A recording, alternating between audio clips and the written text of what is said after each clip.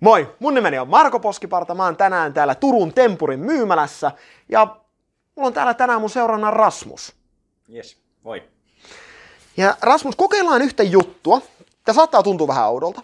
Ei hätää, molemmilla pysyy housut jalassa. Tää ei ole sellainen juttu, mitä me nyt kokeillaan. Tää on jotain ihan muuta. Mä pyydän sua, Rasmus, kohta ajattelemaan täältä liikkeestä yhtä tuotetta. Jos sulla on jo tuote mielessä, niin pidä se. Ja pääset kiertelemään pisin tätä liikettä ja painamaan ja etsimään sen tuotteen, mitä sä ajattelet. Eli painat mieleen, missä se tuote on ja kiertelet tällä liikkeessä. Älä tee sit kuitenkaan, voisiko sanoa ilmiselvää, että pysähdyt juuri sen tuotteen kohdalle, mitä sä ajattelet, ja sit tuut takaisin, vaan kiertelet ihan rauhassa, pysähtelet siellä täällä. Kamera seuraa sua sen ajan. Mä otan tästä hetken easyä ja kun oot valmis, niin tuut tähän takaisin. Ootko ymmärtänyt, mitä tehdään? Jes. Hyvä. Nähdään kohta. Okay.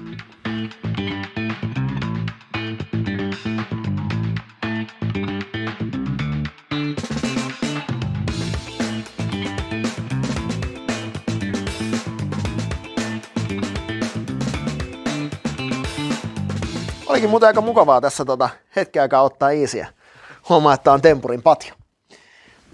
Sulla on tuote mielessä ja sä tiedät suurin piirtein, mistä täältä se löytyy. Kyllä. Kumpi kätinen sä olit? Oikea käti. Alright. Käänny suoraan eteenpäin ja laita sun oikea käsi eteen. Mä tuun tänne sun oikealle puolelle ja mä otan sua ranteesta kiinni. Mä tuun viemään sua ympäri tätä liikettä ja koitan saada kiinni siitä, mitä tuotetta sä ajattelet. Sä voit ajatella sekä sitä tuotetta, että missä se täällä liikkeessä on. Mutta pelkästään toinenkin riittää. Jos saat tuote molemmat sun mieleen, sen parempi. Okei? Yes. Joo. Ajattelet vaan sitä tuotetta. Sun ei tarvii sanoa mitään. Sun ei tarvii laittaa yhtään vastaan. Sun ei tarvii yhtään auttaa tätä. Hyvä. Just näin. Nyt sä täysin. Jes, nyt sä saat kiinni siitä, missä mennään. Hyvä. Sulla on tää yksi tuote mielessä. Okei. Ja sä ajattelet sitä sanaa. Joo, kyllä. Onko siinä, tuleeko siitä tuotteesta, mitä sä ajattelet, niin selvästi 3 kirjainta esiin? No, vois niin sanoa. Joo, okei. Koska musta tuntuu, että mä saan ainakin nämä 3 kirjainta. Mutta nämä 3 kirjainta ei oikein sano mulle yhtään mitään, mutta katsotaan, sitä saataisiin vielä vähän pidemmälle. Koska sen perässä, siinä on 3 kirjainta ihan selvästi, mitä sä ajattelet, ne tulee heti. Joo. Ja sen jälkeen on joku tämmöinen yhdyssana. Me ollaan 2 tämmöisen sängyn vieressä.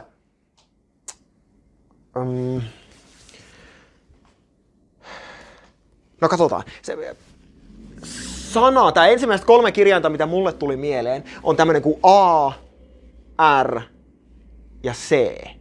Ark. Mä en ole ihan varma, mitä se tarkoittaa. Onko tämä niin kuin Noan arkki tai joku vastaava. Mutta sitten hyvä.